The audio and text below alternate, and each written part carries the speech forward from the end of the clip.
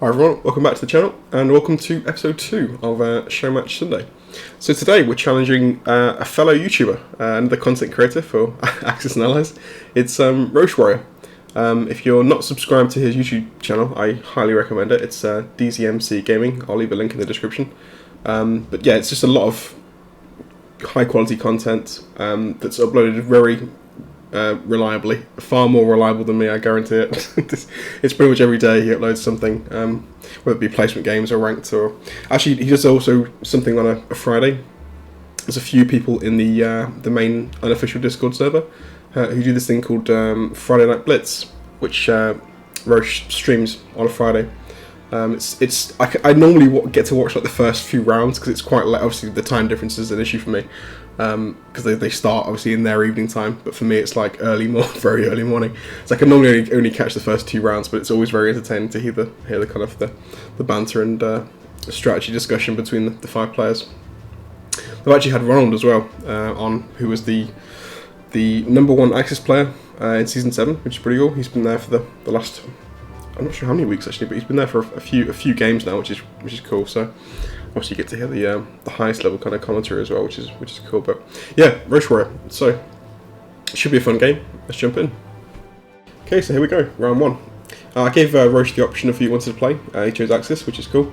And we had actually an above average start as Russia. We had 6 infantry left in West Russia, and we had 3 tanks and artillery for Ukraine. So cannot complain about the opening. We obviously went 4 and 2 with the purchase, and fairly standard movement as well. Plane and Archangel, infantry and Variation. So on to UK 1, following on from an extremely mixed Germany 1. It was strong in terms of the land battles, but he had a very unfortunate season 7. He didn't actually kill the battleship or destroyer in season 7, so he lost his subs and the cruiser. He managed to save his fighters though, unfortunately for me. That would have been an extra bonus for the UK, but yeah, to have the battleship alive as the UK for round 1 is fantastic, because you've immediately got a strong fleet that can very easily move around at will where it wants to. So we traded France and Northwestern early, went for the battleship in Seazone, which one is that, 16 I believe, 17. So went for the battleship, and we had no losses in the entire round, which was huge. So the UK start in this game was fantastic. It really was good. We killed the Japanese transport in 61. Fairly normal moves, but yeah, the big thing there was just the battleship being alive for round 1 for the UK, which is huge. He had a nice start on the land though. He went for Ukraine. He killed 4 of my units and took no hits back, so he decided to strafe it and retreat, which I think was the right move, because the stack in Belarus here for Germany was fairly strong. So that was a nice opening on land for Germany, but again a rougher start on the water. So moving ahead to US 1, the Japanese had a mixed start. Bought 3 transports, as you'd expect. Had some not great trades, I think, and where they lost 2 infantry, which is always nice to see as the US. He also went for Pearl Harbor, but he made a mistake, I think, with the order at which he took the hits, because he had to commit his carrier into 53, which is quite nice. So we were able to take off a carrier for the Japanese quite early, which was, so yeah, good start for the US. Got an attack power lead going into round 2, which is nice. Russia's purchase for round 2 was the normal 28 IPC purchase of 4 infantry and 4 artillery. Tried to take back Karelia but failed, unfortunately.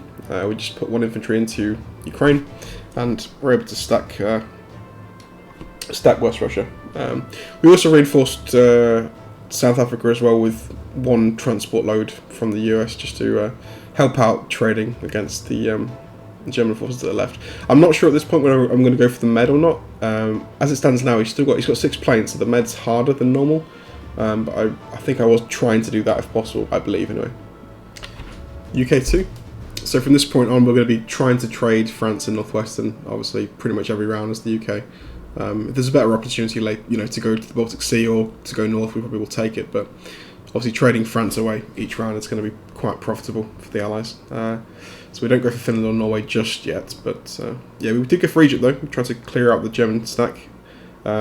which he left in Egypt. So we managed to do that with a tank and artillery spare, which is nice. So just one infantry left for the Germans in Africa. So all in all, it's been a pretty good start for the Allies. I think we've had some good fortune, and yeah, it's been pretty good so far. We do need to trade eventually the Iceland and Finland and Norway, because they've got 3 territories there. Because he did drop an infantry off into Iceland, which is kind of awkward for, you know, we need to deal with it at some point because it's a good landing spot for planes. So yeah, we're just prepping for that and trading what we can with the UK. So we'll jump into US 1 now, and we're gonna have some co-commentary from Roch Warrior. Yeah, I just before we got on, I was a spectator, but I was looking at the board just to get a bit of a game plan before I started recording. I didn't spend 10 minutes just doing calculators and things, so I've got a bit of an idea of what I want to do with the US move and the Russian move. Oh, but, of course. Yeah, TCG though, I like him. He stopped posting recently, hasn't he? I think he's not been posting for, is it about a year now, I think. It's a bit of a shame. I think he took a year off of Axis and Allies altogether. I don't think he even played this season really? at Okay, all, just actually. Completely, okay. I think he did play a little bit of Season 6. You know, I mean, I could understand. You get Axis and Allies fatigue, you know, or, well, any game 100%. you play it all the time. Yeah, definitely. You know, you can get fatigue on it. There are times when I just don't even want to take my turn one day, and I go, oh, God, I got to take my turn because I'm an idiot if I don't. So, you know, so I get that. I get that. So I think he did make a commitment on Discord, though, that he actually is going to be around for Season 8. So that'll be fun and exciting to see him back online. Yeah, that'd definitely. be great. Yeah. And likewise, I think I've been watching your stuff as well. It's been great. I think you're definitely the most consistent uploader as well, by far. Yeah. I'm sporadic at best. You're very consistent. So I appreciate that. It's nice to have always some good content. That's nice. Thanks, man. My kids bust my balls about it. They go, Dad, you giving it their videos right after you take your turn. I go, yeah, well, maybe I should stop doing that. You're right. I think it's a good thing. Okay, so yeah, as you said, it's been a very lucky start for me this game. Very lucky. The UK start as a whole on Germany's turn and UK's was insanely good. That's just very fortunate. Yeah, I haven't seen that. I haven't lost Season 7 in a long time. I can't even remember when. It's been at least a couple of seasons where I've lost it outright like that. I know. Yes, I've not seen it for a long time too. Yeah, I was very fortunate. Okay, right. Yeah, I'll get cracking. So. All right. Yeah. And like I said, if you watch my videos, you know that I like to teach people, and I know that you do too. So if you can explain, like, you don't necessarily need to explain your overall deep strategy, but like certain things, maybe your buys and what you might be going for, things that are not going to give the game away, but like, I'm going to try to win it. I know that my subscribers also watch you as well. All of them, actually, I think, to be honest with you. And you know, I think they appreciate the learning aspects of it. So if you can just keep that in mind, it's not required. It's just, you know, just a request that if you think of a certain nugget that might come across your brain about a certain move and why. Yeah, we'll do. Just a heads up that the mic's cutting in and out slightly. I'm not catching everything. So if I don't. Oh, mine is? Yeah, just slightly. So if I don't reply, it's because of that. But I'm catching most things. Okay, understood. Understood. Let me check mine just to make sure. Well, I'm still recording, and the mic's volume meters are still moving, so I'm going to go with it. But anyway, go ahead. It's your turn. I'm just going to sit back and watch. Okay, cool. Right. Well, I did think for a good 10 minutes about what I was going to do here. I think the nice thing for me is I've cleared out most of Africa of German troops, so I think I don't need to necessarily reinforce with too much more. I think, and you'll know by the movement of the transports, I'm going to go north this round, or at least set up for a northern Finland shook with the US, I think. So that's great. Yeah, I don't blame you. I was hoping for Egypt. So that was the whole theory behind that, is that, you know, that's a battle that you could actually lose in this game, but you didn't, and you won. So it's the pattern with the UK this game. It seems to be the UK just don't lose. Apparently, it's nice. Okay, so watch your tongue, man. Yeah, I know. That is a dangerous thing to say. I'm tempting the dice gods. Okay, all right, let's head down here. So I'm taking Morocco with 4 dudes. That should be enough to push this guy out. I think that's actually pretty much what I wanted to do, to be fair. Just double checking. It's always nice to have a Russian sub as well alive in the game. It's nice to have one spare just moving around. Yeah. Russians have got some kind of presence in the water. Okay, I think that's probably it for me.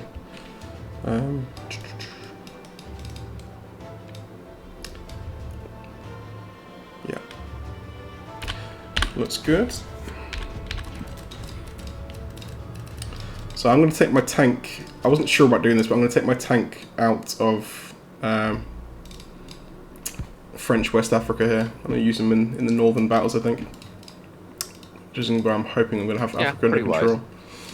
Reinforce Season 8. Germans aren't going to be doing anything in Africa anytime soon, or actually ever. No, yeah. If anything, it's going to be the Japanese that do something, and they're a turn away. Actually, in the previous turn, I actually was contemplating sending one transport down to Season 36 to give me some options, but I'm going to hold off on that for a turn or two. Yeah, fair play. I did notice actually that India's looking slightly weaker than I'd like. It's actually quite vulnerable, so I'm going to try and defend that while also holding West Russia for now. Let's pull up here. My logistics is not perfect, so that's why I'm pulling a tank out of French West Africa, so I don't have to pull the infantry out of Western Canada. I've still got a blocker there with the UK one as well, so I'll have a full four units. Gotcha. Yeah. Transports. I know you hate that whole Alaska gambit. Yeah, big time. I generally don't like. I don't like taking it usually as the Japanese anyway, unless it's just so ridiculously easy to get it. You know what I mean? Yeah. If you're on the way, like you've taken Hawaii, you've got a spare transport in range and it's open. I mean, it makes sense. But I think because for me as well, grinding back up, I had to grind through silver and bronze, and it seems to be the Japanese play in all those games is just go for Alaska, whatever the cost. Just go for Alaska. It's all that matters. That level of play, I agree. Yeah, that you do see a lot of strange stuff, silver and below. Yeah, you certainly do. Is that safe? I think that's safe. Like, what's that game you were playing now? The guy tried to tank rush you. I was sitting there laughing my ass off when I saw that. I'm like, he's not gonna beat Manix on a tank rush. Come on. It's weird though, it's bad because my win ratio, aside from like the 4 games I lost on time, I have lost some genuine silver games to other players that are they've got some bizarre strategy that somehow manages to work. I'm like, what the hell was that? How did that work? So yeah, there's some weird stuff going on in silver. There is. Well, even I think Quentin was saying it, and Masha Stinks. They were saying that it seems like the overall skill level of even the silver level players now is starting to increase. Totally agree. It's getting harder. Agree. It's getting harder and harder to win gold and platinum games. It really is. Yeah, definitely. I think I felt that as well because I had a break for a few months, of the game, and I came back to it. And I think I said to you in the Discord as well. It felt like the general level of the community's risen since I've been away. It's good. It's good. That's though. Right. You mentioned it too. That's right. Yeah. Yeah, I agree. I'm gonna put. Where am I going with these guys? 1, 2, 3. Let's go 4 here. So I want to have at least one extra fighter in range of India. Should I need to use that? 3 should be enough to keep your bomber away of TM13. I'm hoping. Okay. Yeah, just so you know, and everybody's watching, the only reason I actually even went for Pearl Light there, because I know your move. I like to do it too, which is to get the fighters into Western Australia and then over to India by turn 2. Yeah. The whole point of that move was just for that. I knew you were going KGF. Yeah.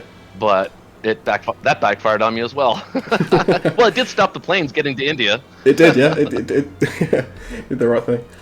Yeah, I think for me as well, I don't like. I find often as well, if you don't take Pearl, the US sometimes come forward with their fleet, and I don't like the harassment. I like having a completely open Pacific, apart from the subs, obviously, but yeah, I like the Pacific being nice and open for Japan. It's can cause problems otherwise. Yeah, 100% on that. I agree with that. Okay, I think we're about there. 2, 3, 4. Just double checking everything is safe. I think we're good. Sub in 53. Where can it go? Not that much further.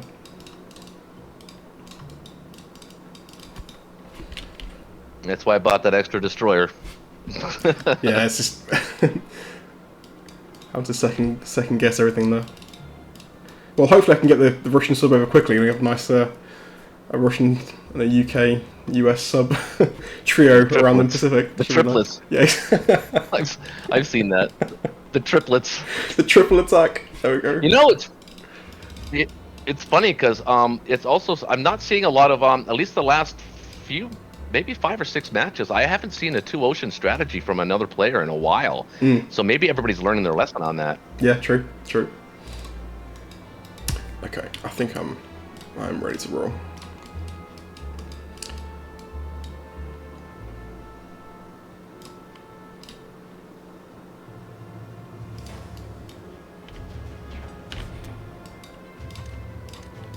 Yeah, I don't see any glaring jumps out at me. Yeah, I think it's okay. Okay, so how's it looking? 176, 162. Cool. So I'll be going for 7. I think mostly infantry from here on out. I remember you commented about the artillery buying round 2 Russia. It is definitely aggressive. I think it's I like having a few more artillery floating around. Then I think from round 3 onwards, it's much more infantry based. My Russia purchases. No, I get it.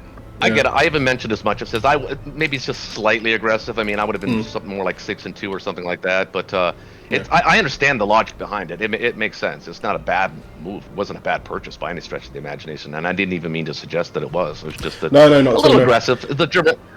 I think I judge it by how well the board is at the time. I think if you feel generally comfortable, I'll go for it. If I don't feel totally safe in West Russia, or at least vaguely comfortable, I'll go more infantry based. But I like to if I can. It's nice to have a one thing I have noticed is, one thing I have noticed that you're gone back to the 4 and 2, 4 infantry, 2 tanks. I know you experimented with the 4 infantry, 3 artillery for a while there, and I think you were liking that better. But I think overall, generally the community is pretty set on the 4 infantry, 2 tanks for Russia as your round 1 buy, and I tend to agree with that.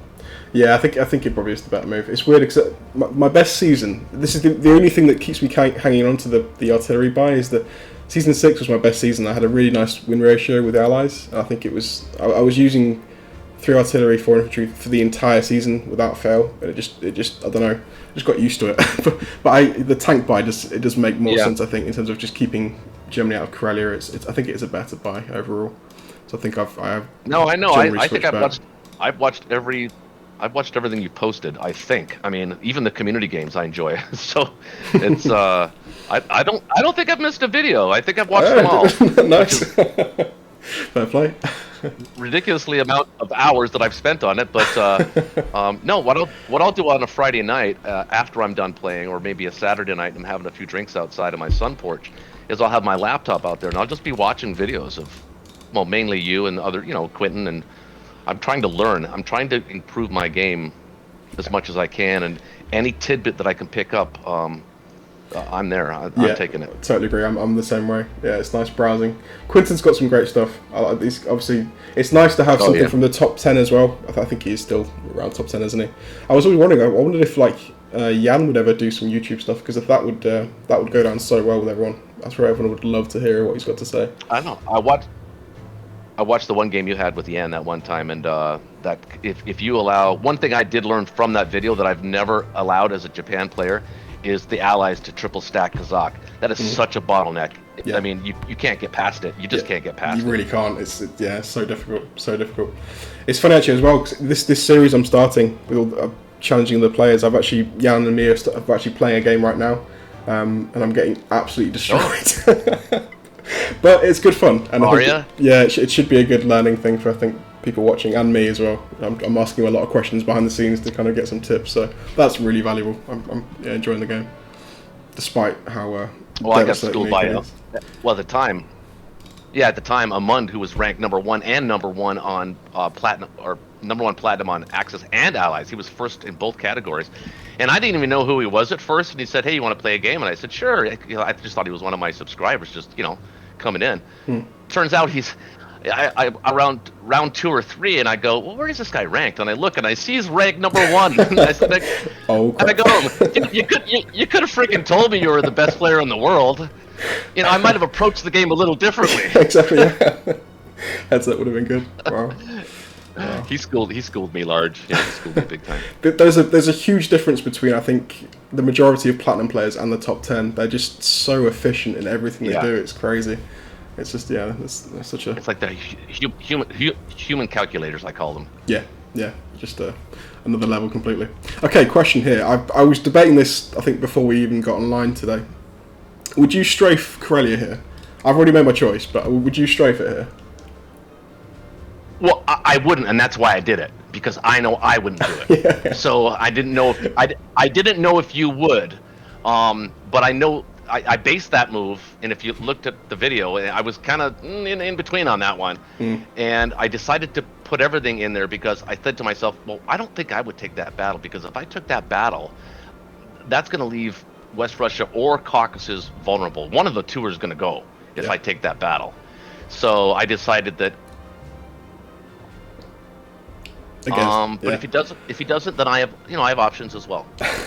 Yeah, I came to the same conclusion. I thought it's just too risky. I'd love to. It looks great. If you get a good strafe, it could be awesome. Yeah. But then on the flip side, it gives you a way back in if it goes terribly, because then I'm suddenly under pressure. So, yeah, I decided against it. But I did think about that one for a second. I agree. Right, I'm going to go light to Belarus anyway, and I think that's probably all I'm going to do this round. To be fair with Russia, very limited. Holding France was a surprise for me. I'm not going to hold it next turn, but I mean, it was nice to hold it for that turn. Yeah, true.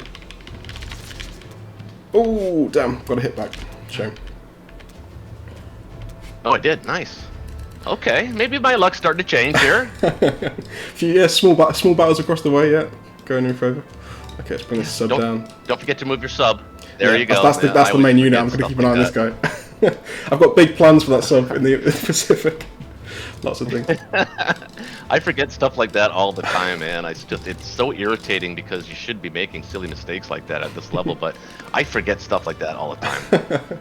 Well, speaking of silly mistakes, have you seen the last 2 rounds? I think it is of my game against Snowden. For 2 rounds in a row, I've left. No, I'm actually. Don't tell me. Oh, sorry. I'm saving them for. I'm saving them for tonight. I actually have 3 rounds. I got 3 rounds to watch, and I was like, yes. Because if it's just one, it's like, oh, I'm not getting quite my fix, you know what I mean? So sometimes I'll wait a couple days. It's like binge watching, but like, I'll wait a couple of days, and then it'll be like 2 or 3 rounds, and I'm like, that's a little better. I could do that, It's like I feel like I'm more into the game that way. Yeah, makes sense. Yeah, I'm gonna be watching this evening, so. I'll just say I've been playing fairly sloppy in that game. That's all I'll say. That's the one thing I'll say. Okay, so West Russia. I'm going to leave Caucasus open because you can't stack it. I don't think you can. I'll be scared if you can. But actually, do I leave something here to block? No, I can't. Yeah. Just thinking, but even with your Japanese fighters, that's going to be tight, isn't it? Yeah. Okay, cool. Right, I think I'm good. Double checking. I might next turn, but not this turn. Yeah, I was scared that the Ukraine stat was nice. That's a good move. I don't like it as the Allies at all. It makes me uncomfortable with that kind of position for Germany. So yeah, nice move. Okay. Thanks. Well, yeah, it was either Karelia or Ukraine, and I felt Ukraine would be able to put a little bit more pressure on you in the center. Yeah, definitely. Because Karelia, you could stack it and hold it indefinitely against the Allies for probably a good 6 or 7 rounds if you do it right, by pivot stacking. But Ukraine immediately puts pressure on Russia because now I've got the Japanese coming too. So you're not going to be able to sit there too much longer. So that's the whole theory and hypothesis behind all that.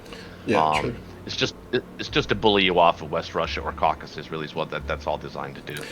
All right. Well, I'm going to do what I've been continuing to do, which is buy a plane each round for the first 4 or 5 rounds as the Germans. That's been working for me, much like you had. Good for you, because I know what you mean. Because sometimes stuff just seems to work for you. This has been working. This has been working for me. This little dark skies, mini dark skies from Germany. It's something I have to pay attention to. If I start falling behind in numbers in the fleet, it's gonna I have to pay attention. It could become a problem at some point. Right. I think I'm gonna buy 11 infantry, and we'll call that a turn. And well, I will take it light.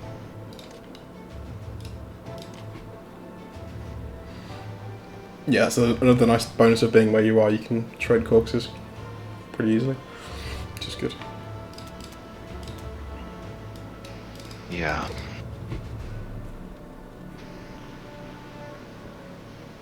You know, there's a... Yeah. Oh, I was thinking that Kazakh was in Japan's hands. I was going to blitz my tank,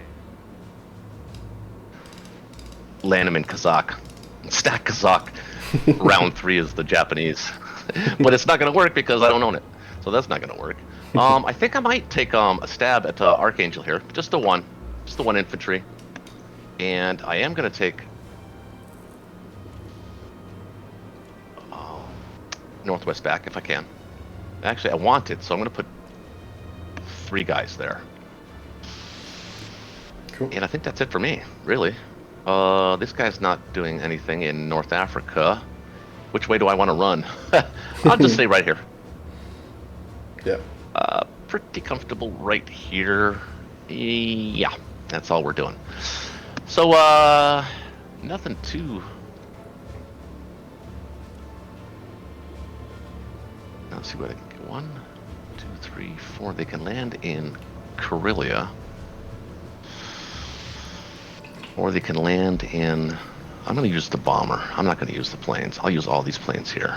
Wait, 1, 2, 3, 4. Those poor guys in Northwestern. But with how many guys I'd pull off of Berlin here, you only have 3 guys that you can bring. Plus the 2 fighters. And these 3 fighters can hit if you bring a carrier. And you own France. So I've got to be careful about Berlin.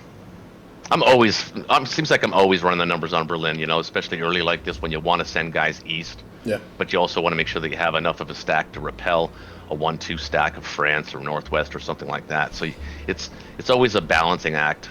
It is, yeah. You got to be careful with Berlin. It can you can get a bad situation quite easily if you're not paying attention to it. It can spiral pretty quickly. Yep, you really can. So what I'm going to do is just that, really.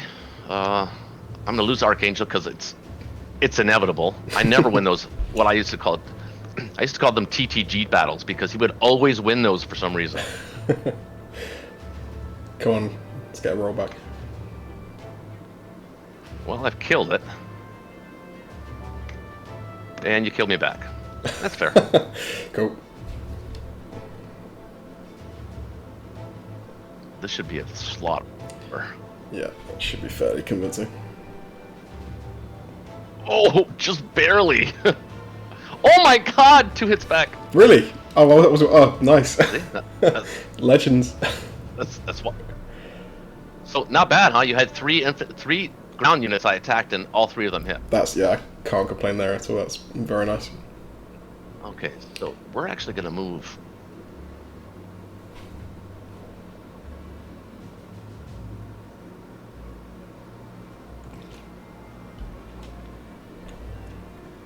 We're actually going to move up here.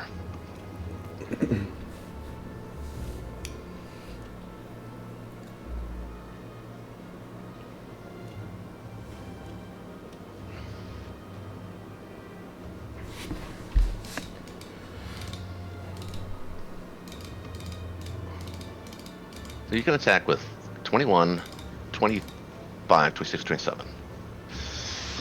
I have 27 there. Now the British can bring 3 fighters against 2 infantry and 4 Japanese fighters.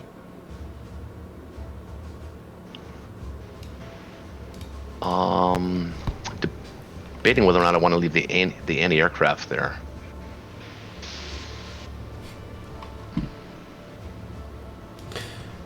While you finish up your meal, I'm going to quickly calculate my situation in India, so I may just go silent for a second. Alright, sure, that's fine.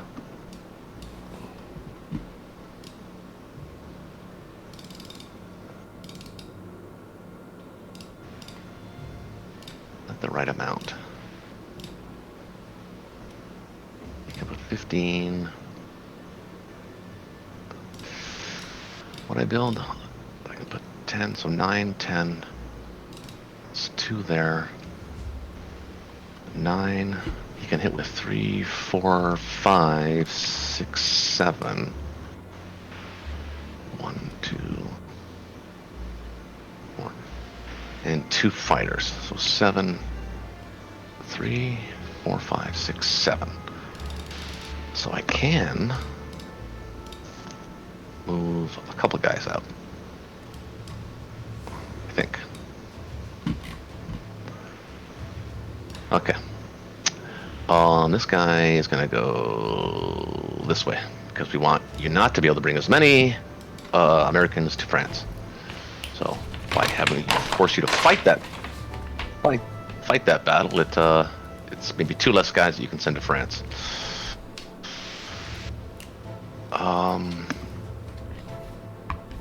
This is actually the right move. Think about this for a second.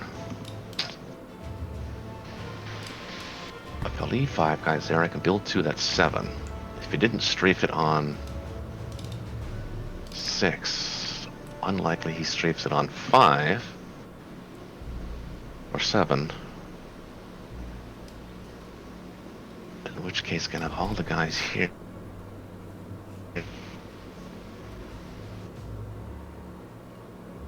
Yep, I'm actually not going to do this move. I'm going to put 1 guy there.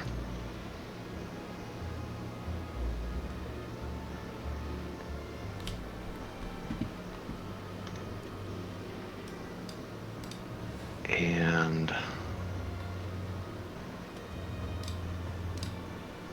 let's see, 9, 14, 15, 16, 15, so you can attack with 15. So 12 at 2. 12 at 2. 12 at 2 and 9 at 1. 9 at 1 gets you 1.5 hits. 12 at 2 gets you exactly 2. That's 3.5. 4.5, 5.5, 6.5 hits on his first round of combat. Oh yeah, I'll crush that. I should crush that. We'll see. I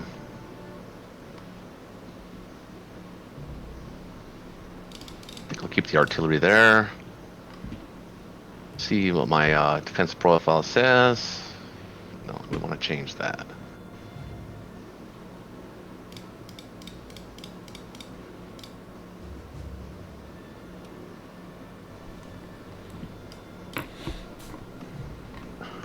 Yeah, okay, we're better. I like that better. Okay, all right. I think that's everything. I contemplated moving everything into Belarusia, but I think the smarter move until Japan gets to Kazakh is to keep them in Ukraine. Caucasus. Oh, Caucasus, yeah. So, I'd agree. not Caucasus, Ukraine. I'm not sure if that's the right move, and maybe pulling a couple back. I don't know. I think whatever happens, I'm going to be able to respond to anything that happens in Berlin. Whether or not you let you take France for a turn or 2 is the question, and I don't know if I'm gonna. So we'll see. There we go. I'm going to put 2 guys here. We'll try that. Let's try that. Cool. Okay. Okay. So I think I'm actually going to have to pull some fighters out of West Russia here to keep India somewhat safe. Right, let's go for, I think, 3 infantry for India with fire support. That's above, I'm getting, yeah, reasonable odds for India, so that's, I'm happy with that.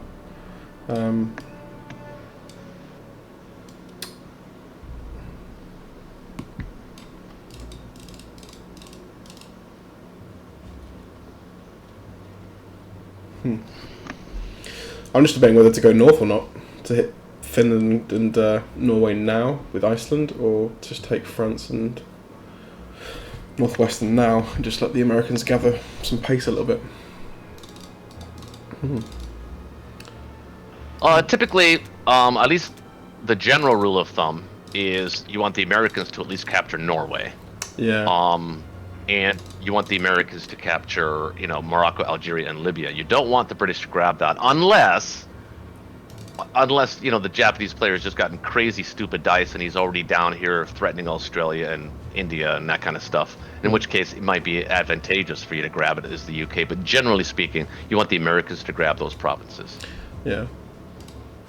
It's always nice to have a complex in Norway as well. At least, I was thinking of taking Iceland with the UK just because I can use the bombardments for a bit more safety and security of taking that than the US can just safely. I was worried about your fighters. I need to take all 3 territories to kind of keep that reasonably safe. Yeah, and that's why I do that. And people mock me for it, but I think it's a really great use of the German transport is actually to take Iceland. It really does causes the UK or the Allies to pause for a minute because Sea Zone 3 becomes immediately vulnerable if they don't address it. Yeah. They have to take all 3, and that they can easily lose that one transport, 2 units. You can easily lose against one. That's happened so often. So yeah, you have to go pretty heavy there to make sure you take it. I'm gonna go. Okay. I think I like 3 transports early in the game as the UK because it gives you a bit more flexibility with buying aircraft. So I don't like to go to 4 until much later, generally speaking. So I think I'm going to go for. Oh, me either.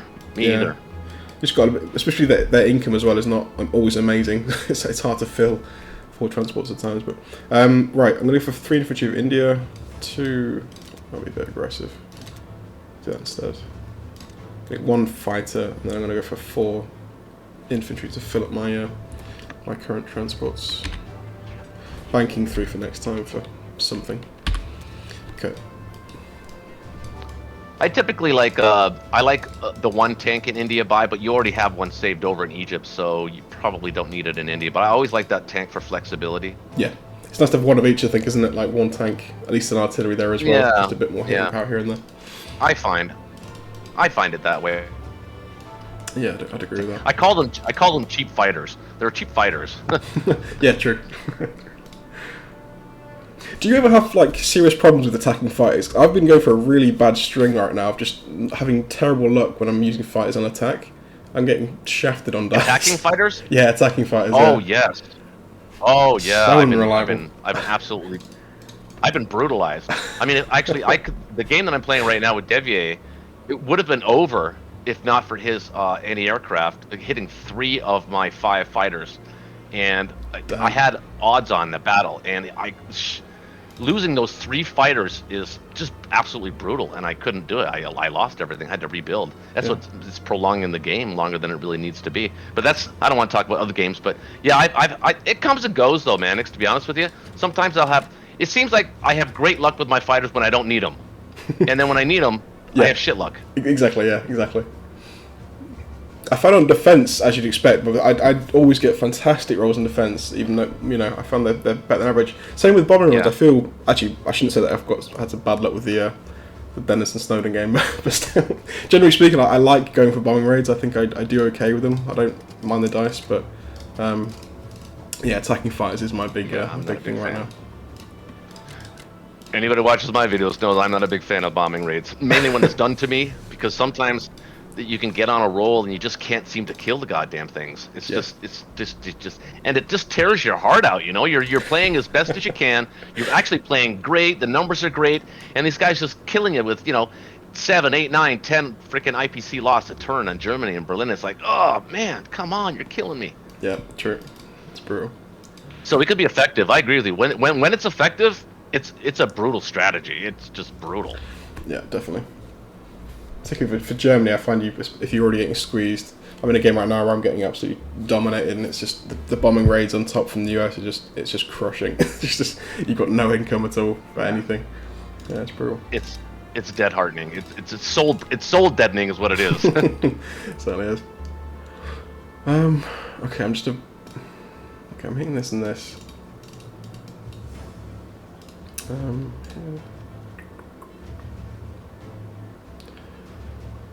1, 2, 3, 4, 5, 6, 7. Okay. That though is actually, and this is an idea that I've seen thrown around before, is to increase the price of bombers to 14 IPC. That's interesting. Yeah. Yeah. I kind of like that idea. I don't buy a lot of them anyway, so I like that idea. But make it worse for the ones who do. There's all the rule Exactly. variations as well. I've heard other game variants have these. Was it super bombers or heavy bombers or whatever they're called? Which sounds interesting. Yeah, in the original game, Oh, you was could it? buy tech. You could buy tech. Well, Yeah. you could buy. I think it was 5 IPC. You could you buy a dice, and if you roll a 1, then you get to pick a tech. Hmm. So that's how the old game was. It does sound fun. It into a game like this. Sorry, I'm just struggling to decide what to do with my attacks. I don't like leaving France like it is. I want to take France, but I also want to get up north as quickly as possible. I'm going to wait, actually. I'm going to wait.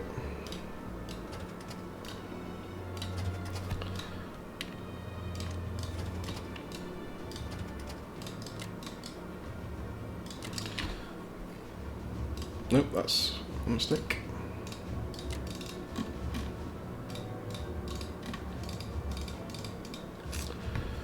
Okay, let's do that.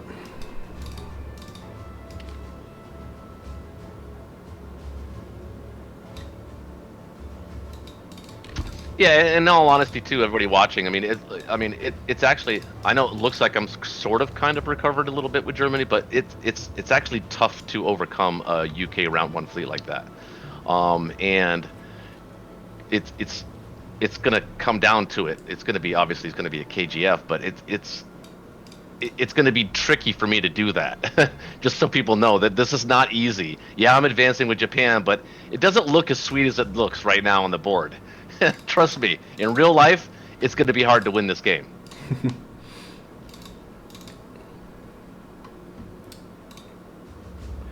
Until I blunder some transports in C-Zone 8, I think is going to be the... Well, that's what I'm hoping for. It could happen. It really could happen. There's a high know, chance. and it could happen with me too. Yeah, I know. It's so funny. I laugh. It's true. It's what makes it so funny. Okay, I think I'm going to commit to that. I might... Oof. I actually am going to take Libya with the UK here. I think I'm going to blitz the tank back towards Persia, but for the... Yeah, I'll try and cut out your income straight away here. Yeah. Let the US take that. Okay, let's Do go something like that too. It's not like he's in danger. The artillery. He's not really in danger there. And Yeah. I do have a bomber, mind you. But he's going to be dead anyway.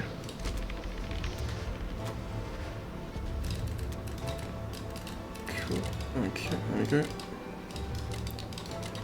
These guys.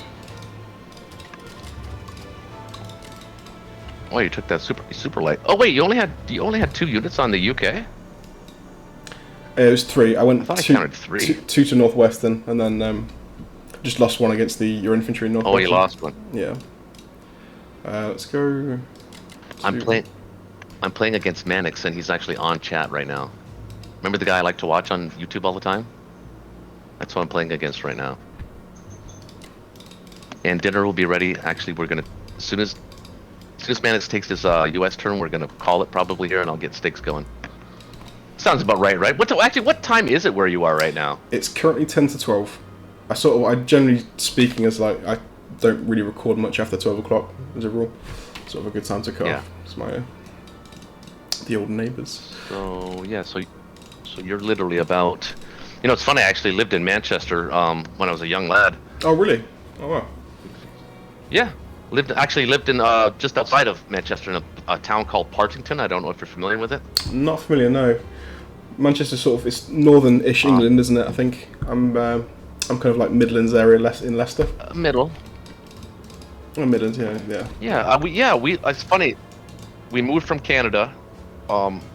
It's funny. Well, it's not a funny story, but my dad was trying to escape debt in Canada, and he moved to England because he was a UK citizen, or subject they call him over there, and so he moved us all there when we were little. Then he moved back to Canada, and then we moved back to England again one more time. Oh, really? And then my mom and my dad split up or separated, and my mom moved us all back to Canada, and that's where we've lived pretty much most of my life until I was 26, in which I met my ex-wife and moved to the United States and started my family here. So Oh wow, okay. Yeah, been all over. that's cool. pretty much my story. Okay, well, Japan.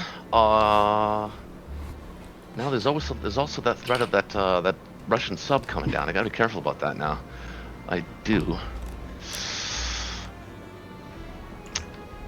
We're gonna take this, this, and this. Oh, you didn't attack Burma. I did not. Did you mean to? No, I deliberately left it. I didn't think I had enough. I couldn't bring any air to the fight, so I thought I'd better leave it. Got it. Understood.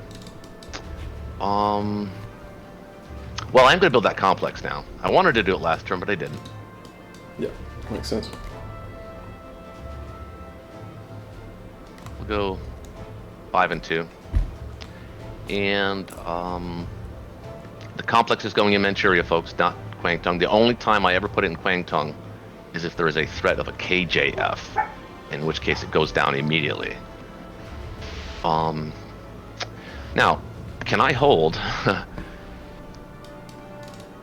Can I hold Ukraine here? 12, 21, 22, 23, 24. You can hit it with 21, 25, 26, 27.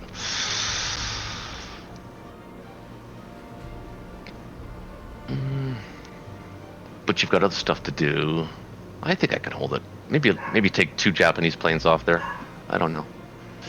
We'll see. I don't think I need them yet, so I'll keep them there. So we'll go 5 and 2 and a complex. Nothing special. Nothing fancy. Sounds good.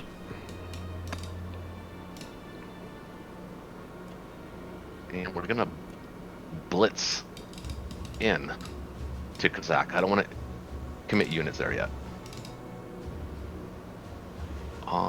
Don't have to retake Burma. That's a nice. That's it. Pretty boring stuff for me. Don't see anything that I'm missing here.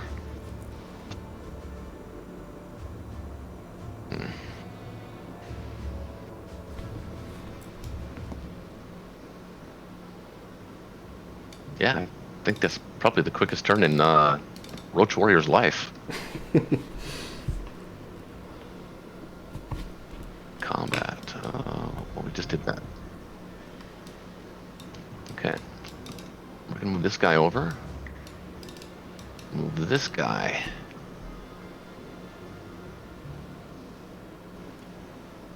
Down. These guys are gonna go back here and pick up everything.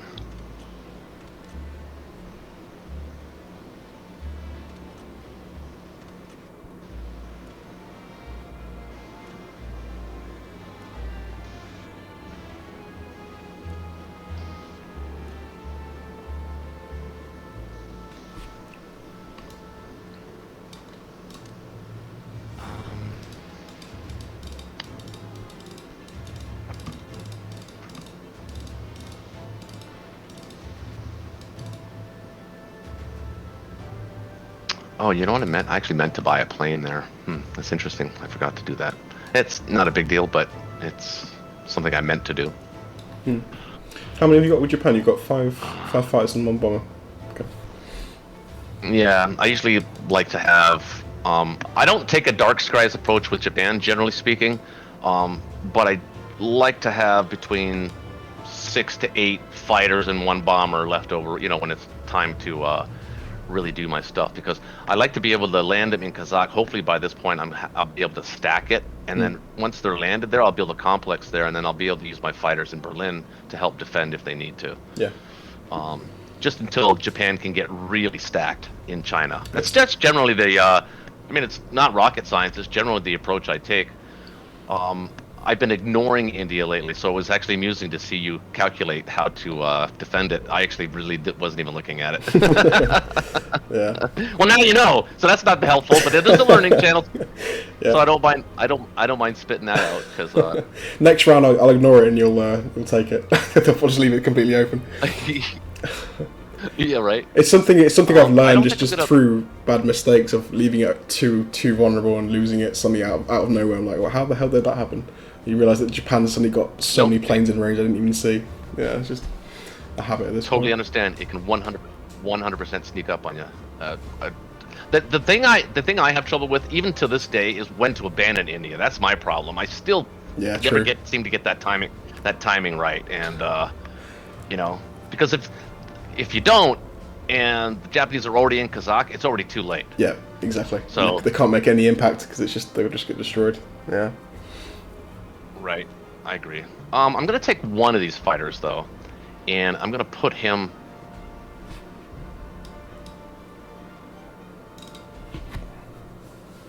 Right now. I think I'd take that strafe. I'd probably go at that one. But I'm not gonna do it. Yeah, we're gonna actually. I'm just gonna keep them in Ukraine. They're actually pretty cool in Ukraine for now. They can reach a lot of different places. They can hit C-Zone 5 if they need to. 1, 2, 3, 4. They can't hit there. Well, actually, let's see. 1, 2. They can't hit C-Zone. Actually, you know what? Let's put them in C-Zone so they can hit C-Zone 3. Not all of them, though. Hang on. Not all of them.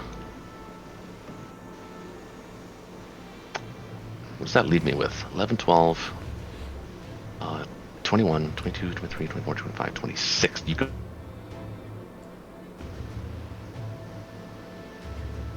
You gotta get past 12 units before. Well, 12 units before you get to my juicy tanks.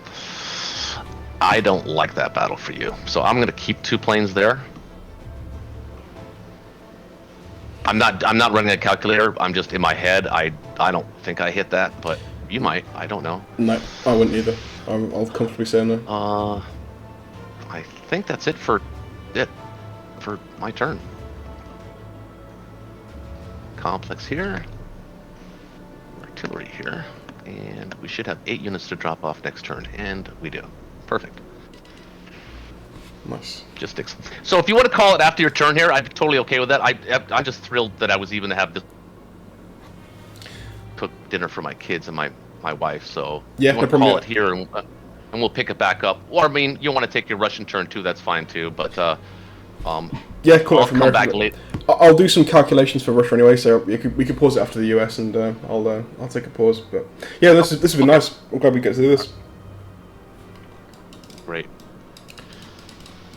I will say, especially you taking Iceland is already causing problems for me, because I think at this point I would have probably had the 2 US transports to take Norway and Finland. They would have been backed up by a cruiser and a destroyer from the UK. That's why I do it. Yeah, and I can't do that now because I have to take. What is that one infantry? What is that one infantry gonna do in Karelia? Seriously, but it causes all kinds of headaches for the Allies being in Iceland. You know, the transport's gonna die anyway, so really you're looking at saving 3 IPC. It just causes so much trouble for the Allies that it's just a perfect move. Yeah, definitely. I didn't invent it. I think I stole it from somebody, but I don't even remember. I can't even give them credit because I don't remember who it was I stole it from. That's the thing. I think we're all sharing bits and bobs from other people, aren't we? I suppose in this game we're learning from other people. That's true. It's a definitely nice move.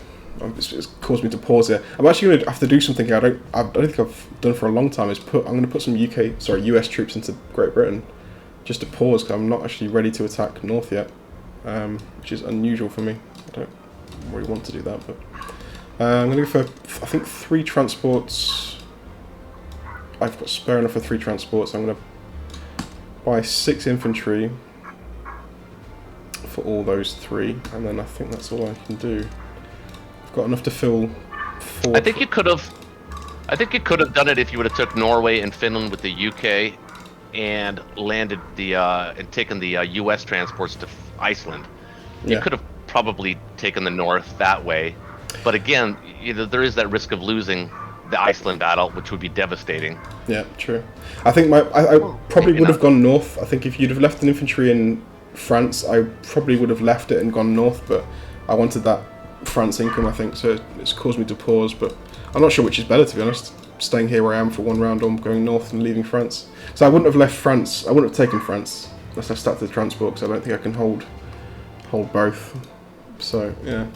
Anyway, see how it plays out. I was of the opposite opinion. I thought you would have definitely gone up, maybe ignored northwest, but taken France a little bit heavier. I thought that's what you were going to do. So I figured rather than lose my infantry, I'm just going to move them back. You just go ahead, take it. It's yours.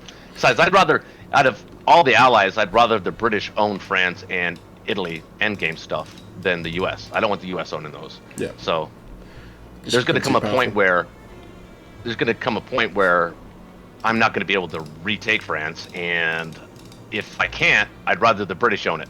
That's all. Yeah. Definitely. Okay. All right. So what we buy? 6 and 3. Okay. All right. Good, Algeria. good Let's try and clear out Algeria. That'd be nice. 2 here. Oof.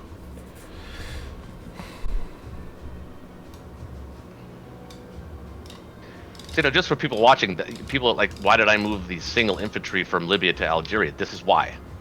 Because I know what you really wanted to do was bring those troops up into France or somewhere, one of the two. But now you have to move them east for at least a turn. Yeah, definitely. I know Quinton here will be, well, he would have set up for a med shock, wouldn't he? That's one thing I'm not very experienced in. I've done so many Finland shocks. It's just what I know. It's just if I tend to aim for Finland. If I can't, always I'll go to the med. But I'm far less experienced in a med shock than the Finland shock. I've watched that video that he put out on the med shock. I don't know how many times, and either I'm some kind of an idiot. I still don't get it. Yeah, I don't know how maybe it's the way he delivers his videos. I mean, if I had one criticism, it's not like our format. It's very, like, he doesn't show the other opponent's turn. He doesn't even really show his buys. He just shows the move. Yeah. And it's screenshots, isn't it? It's follow. Screenshots, generally speaking. And just it's hard to follow. Yeah.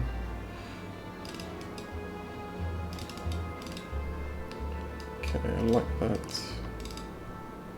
Yeah, it's definitely there's a bit more, detail in a med shock than a Finland shock. Is so simple. It's so nice and easy to do. It's just very, very easy. But the med shock is a lot more. It's one turn, boom, boom, boom. Yeah. Well, mind you, once you have the med, and I've tried the med shock, and I'm okay at it. I'm not going to beat anybody, top 50 platinum with it, but I can beat people below that. I think I'm that okay with it. The problem is that the problem is being patient as the allies and setting it up, because it takes some setup. It takes like 2 to 3. It actually takes 3 rounds to 4 rounds to set up. Once you have it set up with the right combination of ships, then it goes smoothly. It's just me. I'm never patient enough to do it, and I don't know what the correct combination of ships is. Yeah. So, definitely. Yeah, agreed on that. I think I'm about ready to move here. I'm just double checking. I think that looks good. Yeah, let's go with that.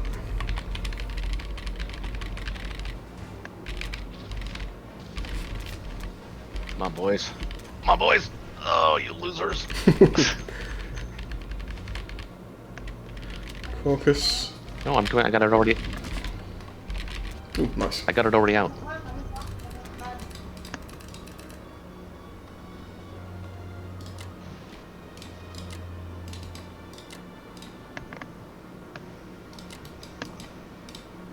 Babe, you said to wait.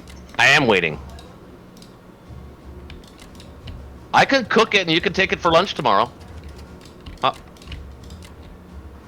I'm going to do it right now, literally right now. I'm going to do it right now, like literally after this turn is literally over.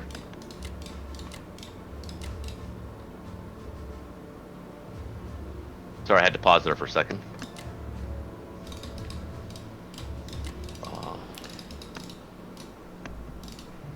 Okay, I think I'm about there. I think we're good.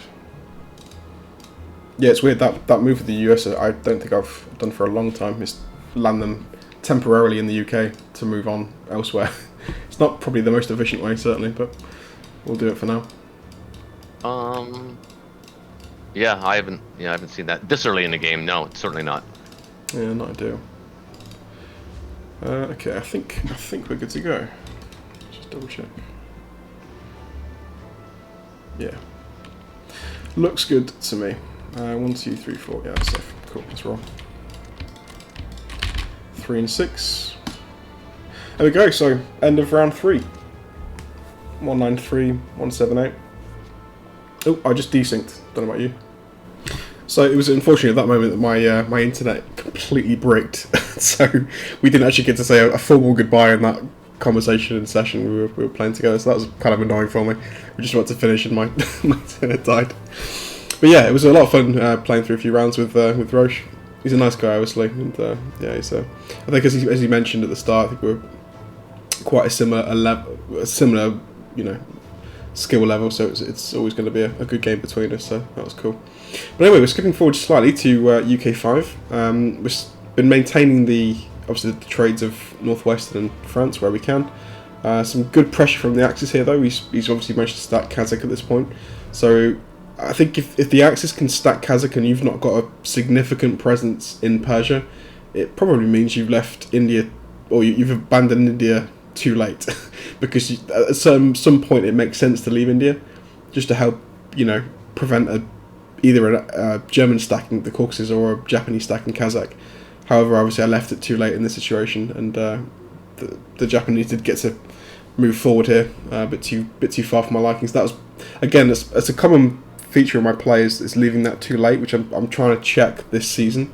I'm trying to make sure I improve that, because it's not good. So, but it is at this point we realise that we do. Well, in my opinion, I feel like we have to leave India because the pressure from the Japanese is mounting. Obviously, the Germans are eyeing down the Caucasus. They can't quite get there yet, but they're not far away. So I felt like we needed to abandon India at this point. And it's also at this point that I realised, because abandoning India, you free up a lot more income for yourself as the UK to deploy into, Great Britain itself. You only got 8 slots once India falls, which means you can afford 3 transports full of troops plus planes. In a way, I quite like actually losing India from that sense, because it means you can plough a lot of IPC into those 8 slots, which means you can get bombers, fighters pretty much every single round, even more than one sometimes. So it becomes, you get some extra pressure on Berlin at the sacrifice of obviously losing India. But I think it was the right choice, but made one round too late, in my opinion. I think I should have moved quicker. But from here on out, we're going to be starting our bombing campaign against Roch because, as I said, we have the extra income now, so we may as well. We've already got a fair amount of fighters, I thought, in and around Russia. So at this point, I wanted to start a big bombing campaign against Berlin to try and keep them low on IPC for the rest of the game. So jumping ahead to UK 10 here, I will probably move fairly quickly from here on out.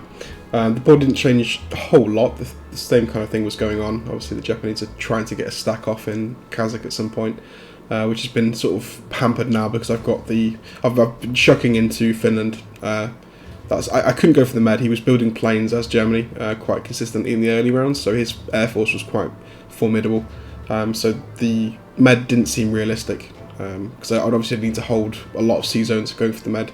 If going purely for Finland, it would only be really sea zone 8 as the UK, and then sea zone 3, for the shock. So Finland seemed to make more sense, and he wasn't committing to stack Karelia at any point in the game, so it felt like the right choice.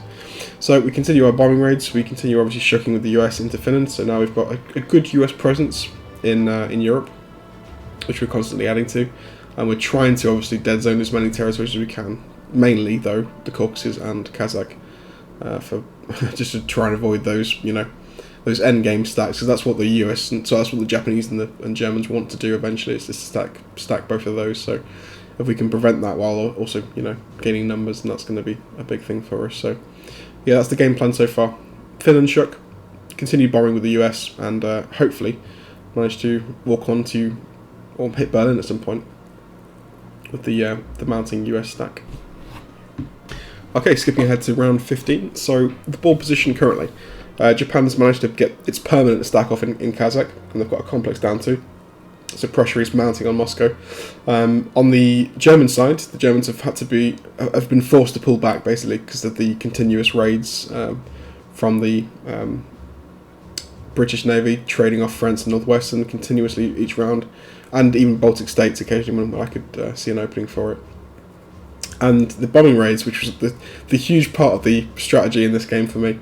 Obviously, India falling early it means this kind of strategy makes sense because you've got all that extra income, and where are you going to put it? You're going to put it into planes. So, yeah, the bombing made a lot of sense here, and it really did help, bleed Germany out. I think Roch did a great job of preserving his numbers. He did throughout the game. He actually survived a long time, given how good a start the UK had and the raids we were getting. He was did well to keep the numbers he had. But the roaming raids, we were trying to be as relentless as we could to keep both Italy and Berlin bombed to hell. So obviously the end game is going to be hopefully having a big enough US stat where we can leave, potentially even abandon Moscow, but at least push down towards the Baltic states and Berlin and finish them off. And hopefully that should get us into a winnable end game situation. So we get on to UK 17. Now, at this point, the Japanese have managed to stack Caucasus, and I was concerned that they would come through Ukraine and reinforce Berlin, whilst also, leaving something enough, or trying to stack maybe restack Kazakh, and do both things at once. So if the Japanese were able to get through to Berlin, that would be pretty disastrous for me. They had obviously a lot of tanks that they could blitz through, a lot of planes. So Berlin was not going to fall if they were, at least for a long time, if they were able to reinforce. So my game plan was just to go all out. We've been sort of back and forth light trading here and there, both territories all around Moscow. And I've been obviously continuously trading France and Northwest and the UK. But I felt like now was the time to really push the US into Berlin and try and finish off Germany. So we made some preparations the round before US 16. We pushed what we could manage, our biggest stack into Belarusia. So we're going to go into Baltic states with everything combined in Finland, and hopefully for round, it would be 18, we'd be going for Berlin. And obviously at the cost of abandoning Moscow, but that's this point anyway, we're going to hold on to it for now. We had odds to hold Moscow, so I was going to leave the planes and tanks in there until it was, until they had to move out. So we're trying to keep hold of Moscow for the time being, but when we're ready to attack Berlin, we'll pull all the planes out and leave Moscow to its fate. But for the time being, we can hold both and try and force Roche's hand slightly here. So after my UK move, me and Roche were talking behind the scenes, and he felt like he had to go for, in this position, he had to go for Moscow. Obviously, he's behind in attack power. Germany's days are numbered, so he felt like the only way to win the game from this position was to try and take Moscow. So we'll jump on to comms together and finish the game off. I'm actually like 6 episodes behind. I'll post them all tonight, but this is my YOLO moment. I have a 22-something% chance of beating. Okay, here we go. Moment of truth. But I mean, it's really my only option. I mean, you're going to be able to put a whole boatload of guys in the Baltic state, and you're coming either next turn or the turn after. Yeah. There's nothing I can do about that. Really nothing I can do about it. I can send planes. I mean, I could defend Berlin on a 1-2 punch with my planes, but I'm not winning the game that way. I'm trying to win the game here. So, I like I said, I can defend Berlin and we can punch it back and forth until you just gain superior numbers and just push me back anyway. We're just making it. I don't need to push this another 10 rounds. Yeah, true. I mean, true. That way does prolong the game. I've had a few games like that where it's just Japan versus US and UK. It takes a long time to win, but it is Allied favour, I suppose, in the end, isn't it? All comes. Right, so I'm trying to be the good sport here and shoot for the moon and we'll go for a glorious finish one way or the other. It's gonna be.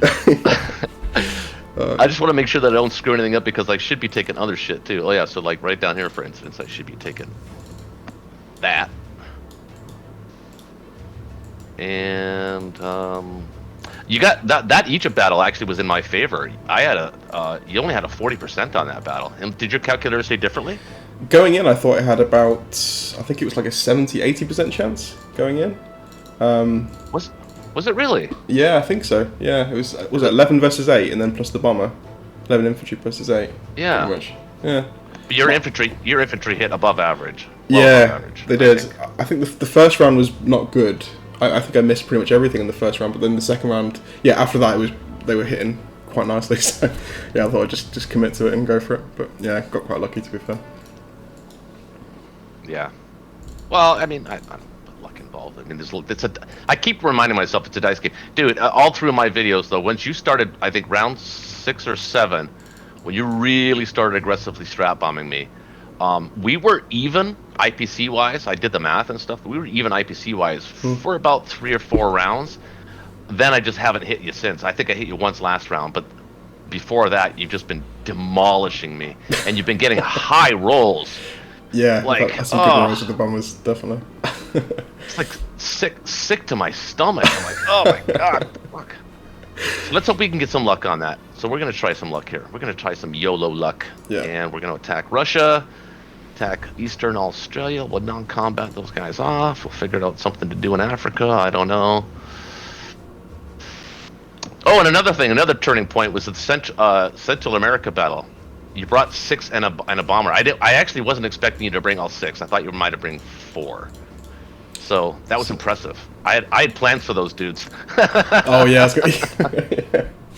I had to shut that down very quickly. I was not having that. Got to deal with this sober. You completely ruined my plans. All right, let's go. Let's go for it. Oh crap! We'll do the little battle first. Okay.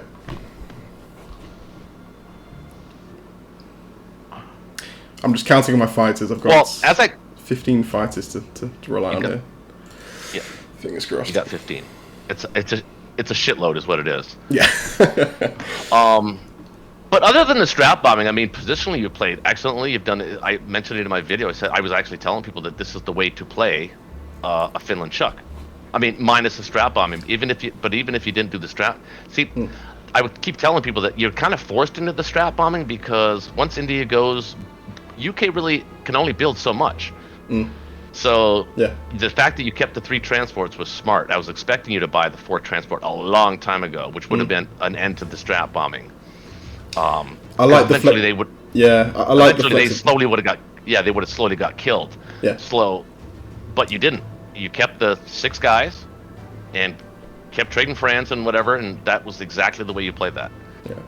I like the flexibility that 3 transports gives you. It's a bit more. You can still buy air round by round. It's just a bit nicer. But okay, the big one. Yep. Let's go for it. Yep. All right, here we go. Let's do it. I know I'm not going to win. I'm probably going to lose 6 planes right here. How are we going to do? I need to keep them all just to have a 22% chance. That's not going to happen. Wow. I lost 3. You called it. Come on, lads. Oh, I guess we'll just.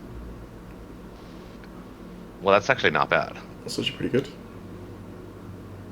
20 hits. Oh, his tanks! Your tanks hit disgustingly good as well. Yeah, true. True. You hit all six tanks hit.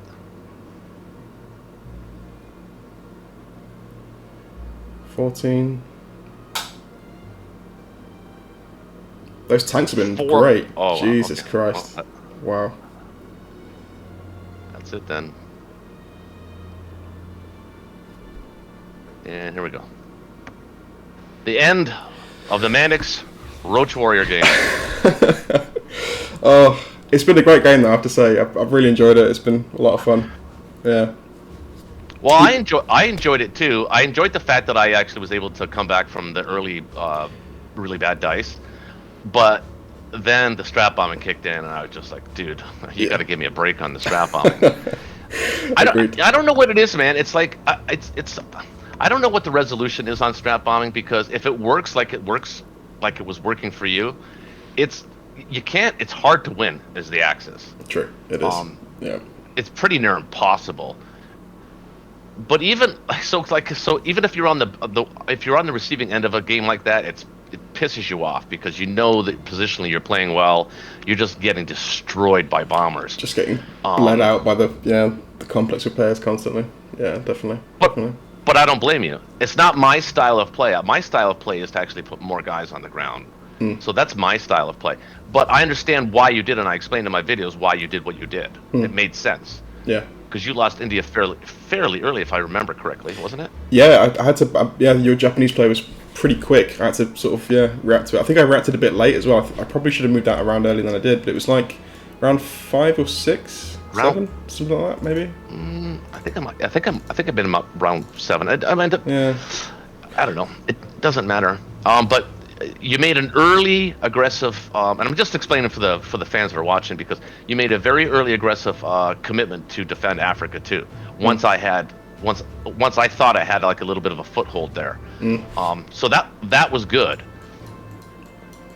So all my delaying tactics is Japan did not work against the U.S. Yeah, I felt like I I mean, had they to worked contest. in the sense that they delayed you, but ultimately, I don't think I followed up enough with Japan. Like for instance, it's round 17. I just got Australia. Mm. That's not the right way to play that. I played this incorrectly. I think I should have been contesting Africa and Australia way earlier, especially if India went down round 7. And I don't feel I played India really as well as I could have. So I mean that combined with the strap bombing in Berlin and all that, and the poor start. Mm. I don't know if I could have won either way. Actually, I think you played well enough. You played really a textbook Finland Shuck. Mm. Oh, And thank you. if Cheers. I always say if an ally player plays a textbook Finland Shuck, it's pretty difficult for them to lose. Yeah, it becomes very, yeah, it's hard. I have to say though, just on your play, I think you've played, given the start, you had a terrible start, like with the UK, the Oh, German thing and the fleet was, in Season 7 was so rough. UK had a fantastic, like, leg up straight away, so to sustain it as long as you did was crazy. I think Japan, I suppose Australia could have fallen sooner, but generally speaking, the Japan play was solid because it had me under pressure immediately. The stack was there, like very quickly on like Moscow's doorstep, so I had to react to that, and it was a bit tricky yeah, but logistically navigating the stacks around. It was hard, but yeah, no, well played, well played. the failure, yeah, the failure to stack Karelia as Germany early. Actually, I never really stacked it. Is what caused that was my own fault. I actually chose the Ukraine path over Karelia, and that was probably a poor choice in retrospect because you did go the Finland Shuck, and a way to prevent all of those guys getting into Russia when Japan has an early stack is to hold Karelia with your life. And Yeah. I failed to do that, so that's a failure on my part. And I explained all that in the video. I explained why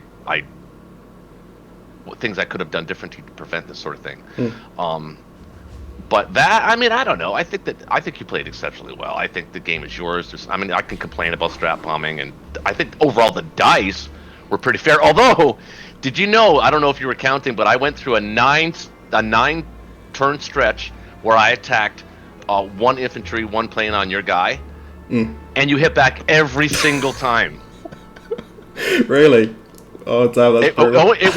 It was only up until just now, this round or the previous round where I attacked the one infantry in Novosibirsk. Yeah. That was the first time that I did not get shot down or killed. Oh, that's brutal. I'm laughing, but I'm crying inside, man. Exactly. Oh, the dice, they can hurt. They really can hurt. Damn. No, I think to be fair, it wasn't. Other than that, though, other than that, though, I don't really feel I was diced. I mean, you could say strap bombing is dicing, but it's not really. It's just it's dice. Yeah. But I mean, as far as major battles go, I don't think I was diced. I don't think you were diced. I mean, No, it was. I think the only big thing was the Season 7 battle. I think was very unusual, but aside from that, it was fairly level. But yeah, no, well played, well played. I think like I said on the strap bombing, it's not something I always go for. I think, like you said, because of India falling early, it seemed to make sense to me to go for it at that point because obviously all my income's being put into 8, the UK deployment zone, so it just makes sense. Yeah, you have to just might as well spend on the more expensive planes, I suppose, to keep Germany down. But no, well played though. Video series. I'd probably say how to play a textbook Finland Shuck. That's probably what I would rename it. I mean, and in particular, people that are watching this or that are going to continue to watch this, in particular, to note that if you do lose India fairly early, that is the correct play. You've got to resist the temptation to build that 4th transport by the UK. Don't do it. Don't buy that 4th transport. Keep it at 3. Harass and annoy the Germans and build bombers, and then just strap bomb the hell once you get 3 or 4 of them going. Yeah. And it is painful. I mean, it's rough. Yeah. I think because you've got the flexibility. It's painful. You can buy fighters if you need to as well for Russia. It just gives you that that extra income because it's 2 infantry. You're not buying each round for that 4th transport, which you can put towards put towards air. It just makes more sense just to keep it at 3 for at least for the time being. I bought the 4th just there because I knew I was prepping for Berlin, so I wanted maximum land. I felt like I had. No, I know. I said that. Yeah. I said that. I said, okay, now he's going for Berlin. all the numbers up front then. Yeah. Exactly. Well, one thing I would say though is another thing too is that you manage the autonomy of the fleets really well. and what I mean by that is because one of the difficult things that I think a lot of new people have trouble with is managing their fleet in the UK or in the Atlantic, and I think you did a really, really good job of that. Oh, cheers. Yeah, I'll tell you, your German Air Force had me nervous. I'll be honest. I had to keep buying things just to keep me at the level I was comfortable at defending. Because obviously, one bad air fight in the sea can go really badly. But I felt, I like your thing of buying more fighters as the Germans. It's really nice because it does keep you, on your toes on the defending the sea zones. Yeah, in a KGF. Well, not only that, it helps. It's not necessarily for that. It is, but on later in the game when the Japanese can get their planes there, that's what that's intended to do. But really, the big reason why I build that many fighters is to do the trades, the trading. Germany wants to do the trading, but if you only have 5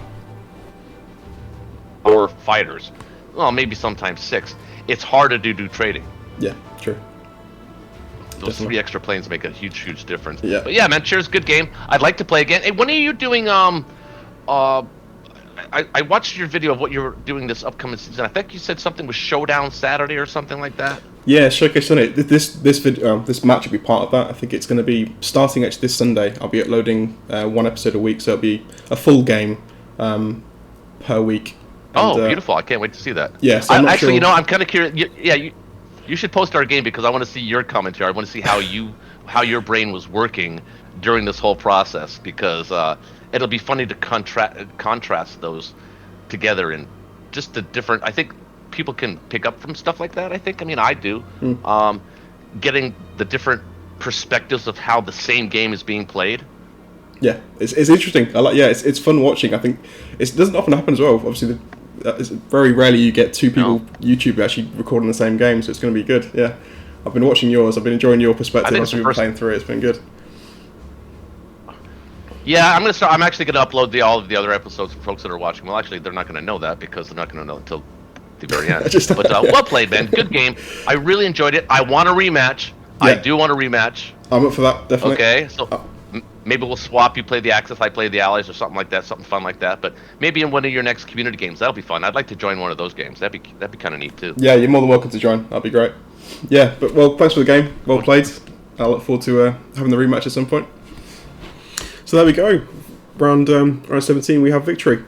So again, thanks a lot to Roch for the game. It was a great game, a lot of fun. Well played for one as well, because I think given the start that Germany had, it wasn't going to be easy to come back in this game. So yeah, I think well played to make it as close as it was. As we said in the at the end there, I think we're going to have a rematch at some point. It'll be switching sides, which would be cool. So I'm not sure when that's going to happen, but we'll set that up at some point, which would be cool. But there we go. That's episode 2 against Roch. So obviously, as I said before, make sure to go over to his channel and subscribe. And I'll see you for episode 3.